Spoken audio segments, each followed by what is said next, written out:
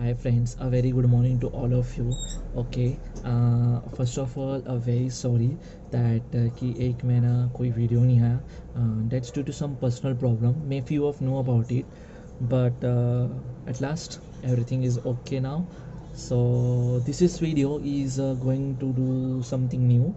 सो अभी तक जो 3 महीना हो चुका है इस टॉक टॉक की सीरीज़ को, that we have completed 3 months and at 3 months we have completed 11 videos. तो ये 11 महीने के जो 11 वीडियोज़ है 3 months के अंदर जो 11 वीडियोज़ इंट्रोड्यूस किया, उस वीडियोज़ में हमने क्या क्या देखा, क्या क्या लर्न किया, उस सारों के बारे में हम इस वीडियो के अंदर रिव्यू करेंगे. That means we are going through words all the life journey of the stock talk. So let's start with the initial basic thing. Video number 1, the needs and importance of investment. इस video में हमने देखा था कि क्या investment की क्या needs होती, क्या इंपॉर्टेंस है, क्या बेनिफिट्स है, कौन से क्लासेस ऑफ असेट्स हमारे पास अवेलेबल है जिसके हम अंदर हम इन्वेस्ट कर सकते हैं, और उस इन्वेस्टमेंट में कितना एवरेज ऑन ओवरऑल एवरेज कितना रिटर्न मिल सकता है. डेफिनेटली जितना ज़्यादा रिटर्न रहेगा उतना ज़्यादा रिस्क रहेगा, ये ऑफ कोर्स बात है. So what types of age group, कौन से एज ग्रुप के पीपल्स, कौन से एज ग्रुप के पीपल कहाँ का इन्वेस्टमेंट कर सकते हैं according to the risk assets के अकॉर्डिंग, वैसा मैनेजेबल थिंग्स इसके अंदर हमने लर्न किया है. देन सेकेंड प्रोसेस किया है towards video number 2 and video number 3 is all about the regulation of the stock market.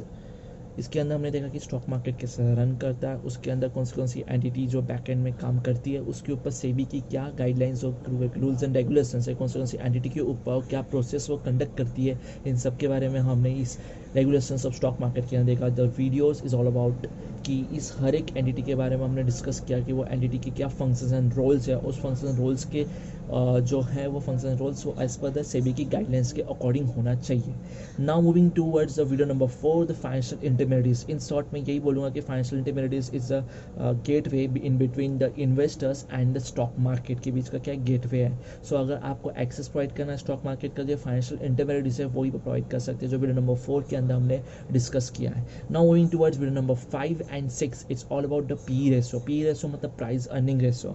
ये क्या होता है, क्या इंपॉर्टेंस है, इसको यूज़ किया कैसे किया जाता है, इसके टाइप्स क्या है, एंड और प्रैक्टिकल एग्जांपल्स हमने कंसीडर किया है कि पी रेशो हाई रहेगा तो क्या हो सकता है, पी रेशो कम रहेगा तो क्या हो सकता है, कब ये ओवर वैल्यू, कब ये अंडर वैल्यू, और कौन सा perspective, different types of perspective आते हैं. तो इस सब के बारे में हमने डिस्कशन किया पी रेशो के वीडियो नंबर 5 एंड 6 के अंदर, जिसके अंदर पी रेशो के बारे में हमने A to Z डिटेल्स किया है. इन शॉर्ट में ये बोलूँ तो 1 रुपये की अर्निंग के लिए आप कितने रुपए देने के लिए रेडी हो, उस कंपनी के अंदर इन्वेस्ट करने को रेडी हो, ये हमें इंडिकेशन देता है. जिसके अकॉर्डिंग और भी ऐसे इंटरप्रिटेशन होते हैं कि स्टॉक ओवर वैल्यू है या अंडर वैल्यू है, उसके अकॉर्डिंग हम बाइंग एंड सेलिंग की पोजीशन बनाते हैं. It's all about video number 5 and 6 P ratio. Now moving towards fund raising series. Now fund raising series में हमने बहुत सारी चीज़ें सीखी from starting of the business, क्या क्या होता है क्या क्या नहीं होता. So what is that.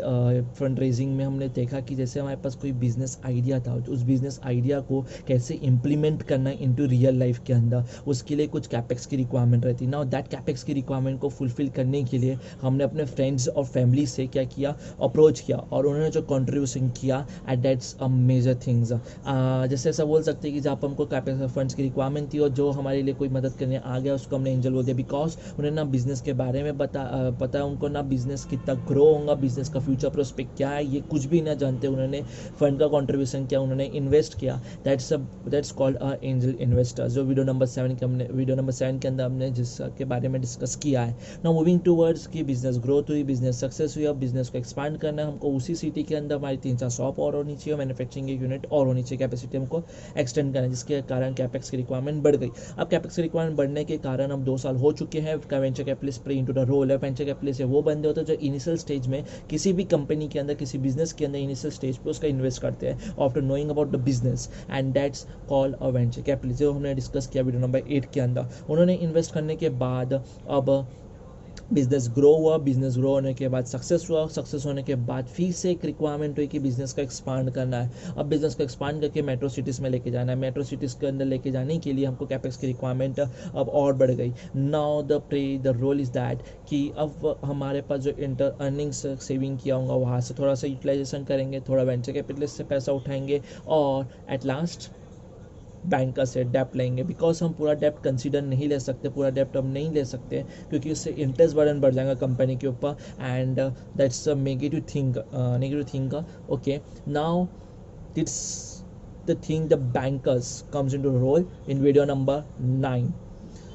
Afterwards the business grow, business success, and we also a requirement of another expansion of the business. अब business के expansion फिर से चाहिए, business expansion करके पूरे इंडिया में लेके जाना है, and इंडिया में लेके जाने के लिए हमको क्या चाहिए, मेट्रोपॉलिटिशन और नॉन मेट्रो सिटीज़ के अंदर भी लेके जाना है, पूरे इंडिया में हमको कैप्चर करना है. डेट्स वाई फंड की रिक्वायरमेंट बहुत ज़्यादा हो जाती है. फंड्स की रिक्वायरमेंट ज़्यादा होने के कारण हम अब अप्रोच कर रहे हैं प्राइवेट इक्विटी के अंदर. Private equity is the investor जो यूज करोड़ों रुपीज़ में क्या करते हैं, इन्वेस्ट करते हैं, फ्यू करोड़ रुपीज़ में इन्वेस्ट करते हैं, वो प्राइवेट इक्विटी होते हैं. After analysing about the business profile, क्या अभी तक कैसा चल रहा था बिजनेस, उसका गोइंग कंसर्न क्या, ऑपरेशन एक्टिव है कि नहीं, कितने अच्छे से प्रोसेस कर रहे हो, सारी चीज़ें देखता. ये private equity it's not about debt कि जब ये सब चीज़ करेंगे वो अपने बंदों को रखता है इन बिजनेस के अंदर, स्ट्रेटेजिक पार्टनर की तरह बिहेव करता है. Private equity as a strategic partners उनके साथ अलाइन होता है और उस बिजनेस को आगे लेके जाता है. सो अब इन्होंने क्या किया, पैसा इन्वेस्ट किया, जो प्राइवेट इक्विटी के बारे में हमने कंसीडर और पूरा प्राइवेट इक्विटी के बारे में डिस्कस किया इन वीडियो नंबर 10 के अंदर.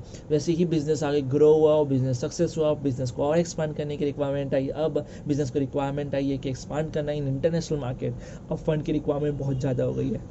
फंड की रिक्वायरमेंट बहुत ज़्यादा होने के कारण हम 3-4 कॉम्बिनेशन करेंगे, कुछ इंटेलेक्चुअल से लेंगे, कुछ वेंचर कैपिटल से लेंगे, कुछ प्राइवेट इक्विटी से लेंगे, या कुछ हम पैसा उठाएंगे आईपीओ के थ्रू. पूरा डेप्ट तो नहीं ले सकते क्योंकि इट्स क्रिएट एन इंटरेस्ट बना on the company which is a negative point for the company के लिए, जो नेगेटिव पॉइंट है. So approaching towards an IPO is means the company first time public को शेयर ऑफर कर रही है, first time public को शेयर ऑफर कर रही है. इसके बारे में डिस्कस किया हमने वीडियो नंबर 10 के अंदर.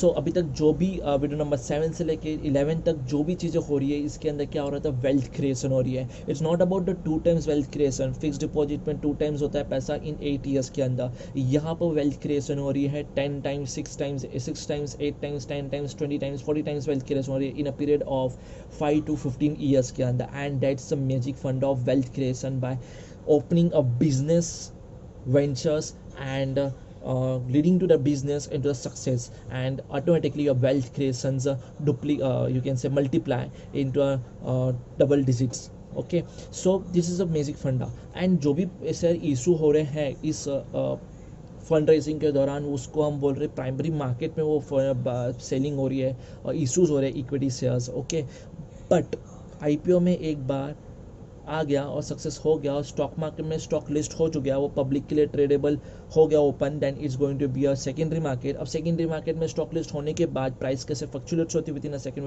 विद इन अ मिनट्स, और उसके अंदर स्टॉक और ट्रेडर्स क्यों ट्रेड करते हैं, ये सब जानने के लिए हम पढ़ेंगे the going towards a next video. हम नेक्स्ट वीडियो में देखेंगे कैसी चीज़ें होती है, स्टॉक की प्राइस क्यों फ्लक्चुएट्स होती है, ट्रेडर्स क्यों ट्रेड करते हैं, for short term, medium term और लॉन्ग टर्म के लिए क्यों ट्रेड करते हैं. ये सब के बारे में हम पढ़ेंगे in our next video that is all about the stock market.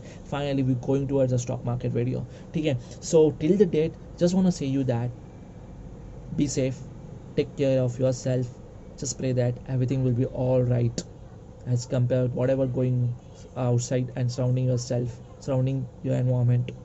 So it's Vishal Saluja signing off.